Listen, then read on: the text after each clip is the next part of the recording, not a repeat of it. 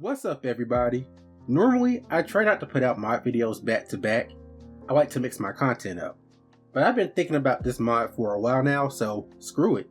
Today, we're looking at LE1 Diversification project. Like its LE3 counterpart, this mod aims to add immersion to Mass Effect 1, whether it's adding cut content or adding content to increase immersion, changing how you interact with different characters or the level, and more. The idea is to give the game new life. Considering that this is the first game in the series and is almost 20 years old, LE1 benefits a lot from a mod like this, and it added some cool things into the game. Well, let's not waste any more time and let's get into this. To install LE1 DP, you will also need to install the following mods. The advanced weapon models for LE1, which replaces each of the weapon models in the game with their counterparts in Mass Effects 2 and 3. Next is the Halcyon hair pat mod, which adds in new hairstyles that are used by the NPCs in LE1 DP. If you want to use these hairs for Shepard, you will need the Trilogy Save Editor.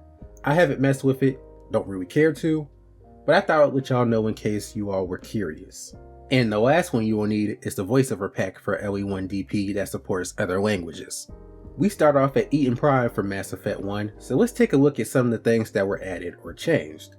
And you can see some additions not even 30 seconds in.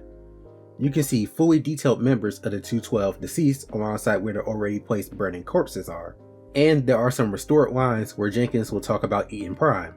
And there's some dialogue between Kaidan and Jenkins talking about the gas bags that were missing in the vanilla game. There's a new point of interest where if you clicked on the spiked farmer, some dialogue will play between Kaidan and Ashley. That man was still alive when they stuck him on the spike. Impaling victims instead of just shooting them. There must be some reason behind it. Classic psychological warfare. They're using terror as a weapon. Killing us isn't enough. The Geth want us to suffer. And there will be more banter between them after you wipe out the first group of Husk. A longer version of the Powell conversation will play.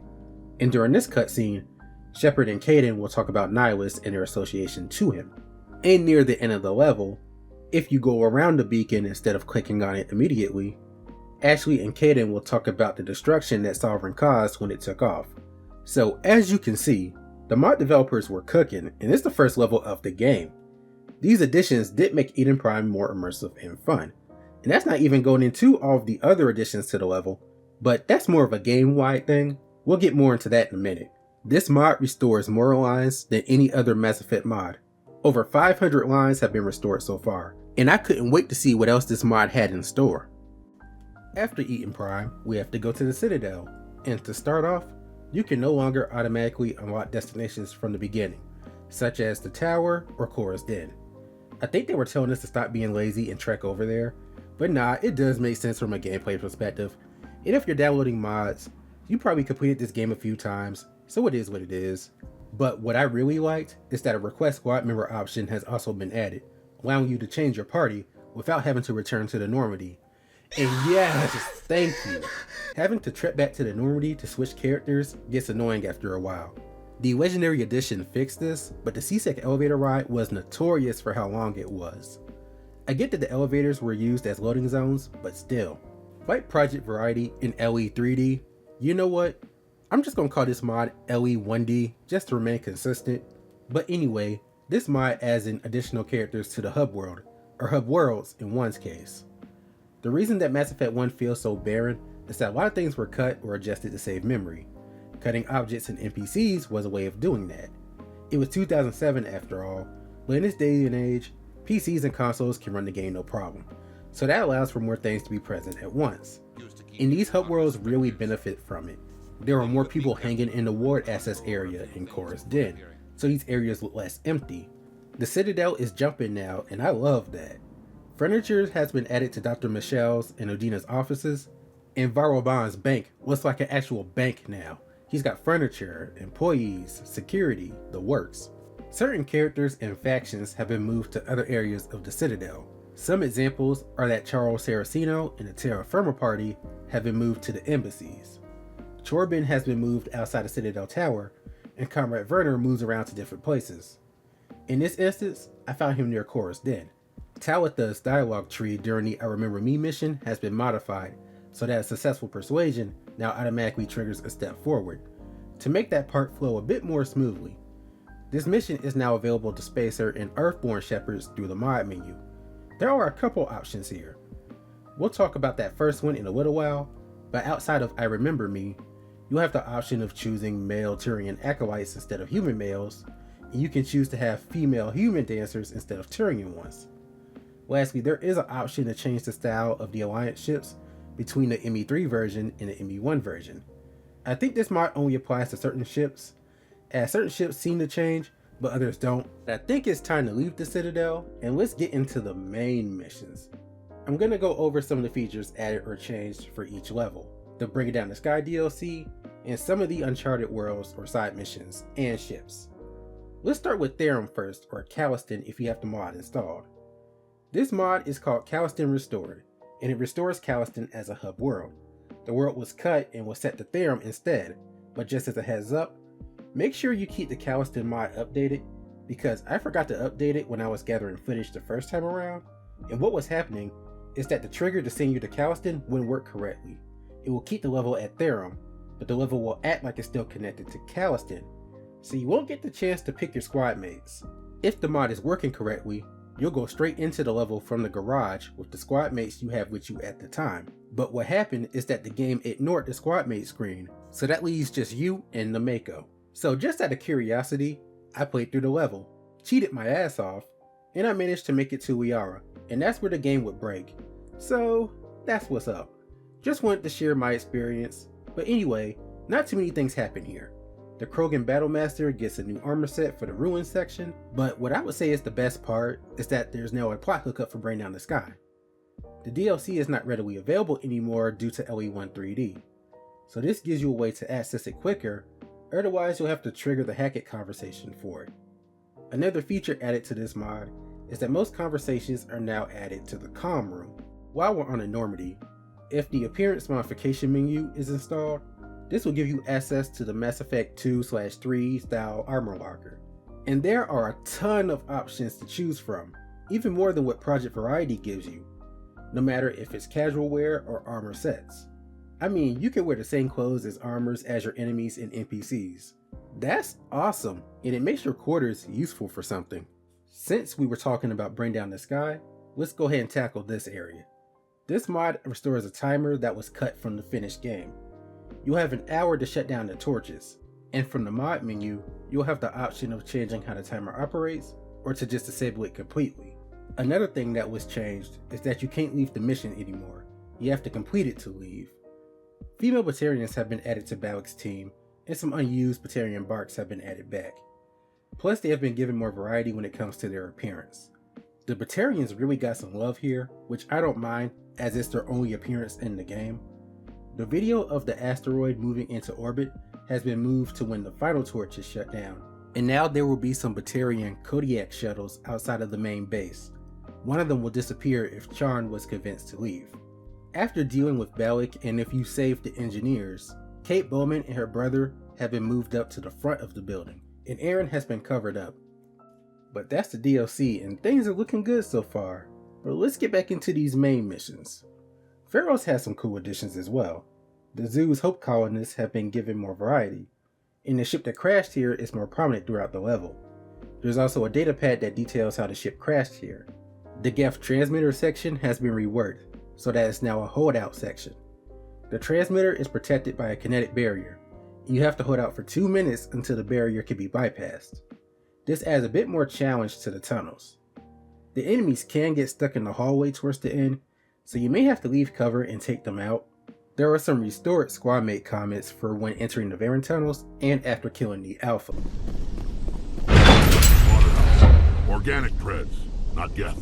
Genic field manuals warn against triggering a food response in local predators. Appears we don't have a choice. Some changes for the ExoGeni side of things is that the quad scene at the Geth Temple has been expanded, and Elizabeth will follow the player to the Mako instead of vanishing after speaking to her near the ExoGeni entrance. Also, the charm/intimidate requirements for Jong have been lowered, so now you don't have to do a new game plus or wait until later to complete Feros. A lot of players, myself included, tend to go to Feros early on, so this change is welcome. Now for the Thorian's lair, the clone and Shiala now wear new Asari Commando armor. and now there are thorium acid sacks hanging on some walls around the place. There was a glitch that would make the screen go black when you triggered or shot one, but that has been removed in later updates. Up next, we have the frozen wasteland known as Noveria. ERCS, or ERCs as I like to call them, have diversified their ranks. Solarians have joined the party just to get laid down. Some of their guards are now at the mezzanine, Kyra Sterling has changed her hairstyle, and the Turians got some new armor to separate them from the human guards. Opal applied for that small business loan, as his shop has been given a makeover, and he's got customers. Plus, if you help him smuggle in his package, it'll be behind the kiosk. I had to lie to Captain Maslow to get this here, so he better appreciate it. This is an interaction that has been added to the game. Make sure that your version of LE1D has been updated, or you'll get a glitch where Maxwell will be invisible, but she'll still stop you at the door. It threw me off the first time around. There are also quasar stations on the mezzanine if you're feeling lucky. But this next one, this was cool. You can now hack and use the Grizzly Rover in the garage, and you can use it to clear out the Geth. It's fun to use, but be careful. If you don't clear out the Geth soon enough, they will destroy the tank, and that's game over. For Peak 15, some dead bodies have been added to the station, just to add to the horror of the situation. The recognized names have been hidden until that conversation about them with Han Olar. Captain Ventralis will move to the mess hall after getting the core team mission, and I wonder what was really being said during this cutscene. Tartakovsky now looks beat up, and a cutscene has been restored around him. You now get the code from him directly instead of picking up the drop key card. And after you leave Peak 15, you'll now be dropped back at Port Hanshan instead of the Normandy, and there is some new content here for you to see. Mort Keen has become Port Hanshan's new administrator, if you gave him the evidence of Annaleus' corruption or convinced him to testify, and honestly, the man deserves it for sticking his neck out like that. Up next, we're going to Virmire, and this is a part I've been waiting to talk about. The indoctrinated Solarians have been upgraded. They now wear armor and they use the Infiltrator enemy archetype. The Solarians have their own barks that were cut from the game, so now you can hear those. The Krogan's helmets have been removed, and they've been diversified a bit, just to make them look a bit more unique. The Dr. Joyous interaction was supposed to have been a cutscene, so now that's been restored and rebuilt so that it looks natural. This fight was a bit crazy, as I got sandwiched between Joyous and some Husk, so as you can see, I'm trying to get a hold of the situation. Rana's office has been given some decorations, and her personal logs can be read on her computer, and this provides another look into her fears about indoctrination. How little did she know it was already over for her. The modders also restored some unused lines from Joker, Shepard, and Ashley/Caden when they're delivering the nuke. It's still a shame one of them dies here. So, after dealing with the Council and Udina's bullshit and getting our ship back, it's time to go to Ilos. To activate the door to the security room, you'll now have to complete this puzzle. This was supposed to be in the finished game, but I was actually kinda glad this was removed, because this puzzle took me a few minutes. However, I do think I was making it more complicated than it actually was. But basically, there are already 2 glyphs lit up on the generator.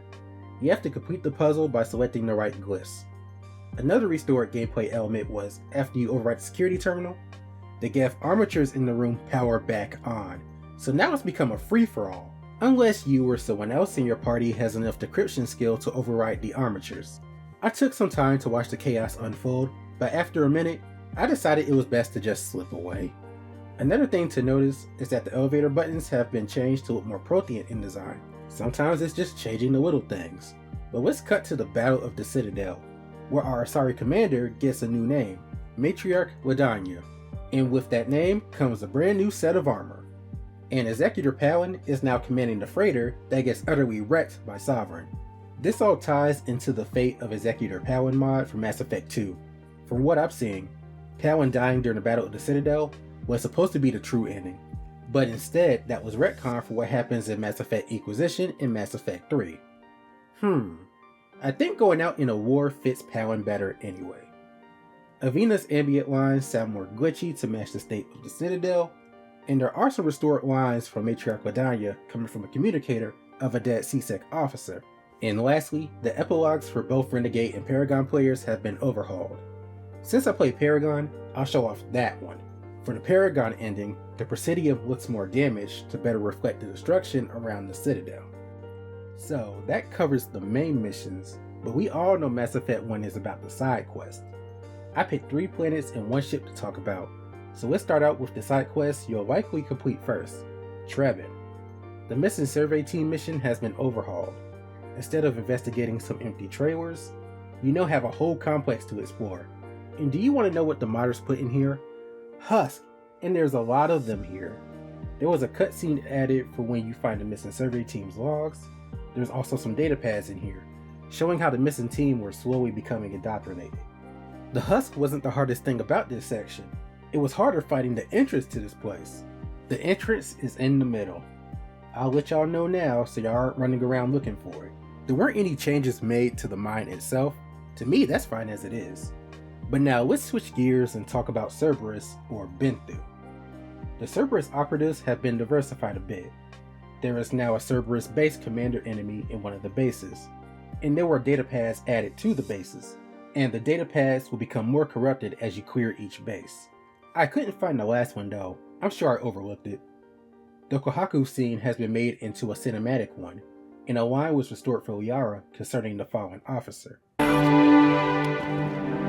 One last stop to make, Shepard. We owe Admiral Kohaku. Oh, y'all know we had to go to Nephiron and wild out for him, but I didn't want to talk about that planet. Instead, I want to talk about Nefmos, or Arachni City. The Alliance outpost has been upgraded. They got buildings, fences, destroyed shuttles. It kind of reminds me of the Andromeda outpost. There are more Alliance soldiers here to help out, but because of that, the Arachni have been given more health. And I wasn't really paying attention to it until a soldier was right behind my ass, and after that I had to lock in. But it wasn't too bad. Now if you're playing this on Insanity, good luck to you. We're down to our last area, y'all. And for the ship mission, I chose the MSV Worthington because to me, it's the best one. This mission now has a more investigative flow. You will now have to search the ship for clues to piece together what happened to the crew. And god dang, Julia massacred these people. This mission was unsettling as it is, but this just made it even more so. The crew's logs are now video logs instead of just audio ones. You can see a part of Julia's rampage. She also got a bit of a makeover, and some missing lines for Shepard have been restored for after you turn off Jacob's life support. If there's one thing I've learned from this mission, it's that the life of an L2 biotic can be a tough one. But overall, there are plenty of changes that have been made to these worlds. It's all about just going out there and seeing what's different. So, this mod is great, and I mean great. Like I said in the beginning, Mass Effect 1 benefits a lot from a mod like this. It's amazing how much content was cut from this game, same as Mass Effect 3, and it was nice to see that content added back into the game, and to see how the modders could enhance the Citadel in other areas. Now what I'm wondering is that, are we getting a LE2 Diversification project? That seems like it would be the next move. That game could use some more love, and I would love to see what could be done with it. But that's it for this video, y'all. I want to thank y'all for watching. All of the mods mentioned in the video will be in the description. Feel free to leave a like, comment, and subscribe, and I'll see you all in the next one. Peace. DDDJ Sonic 3.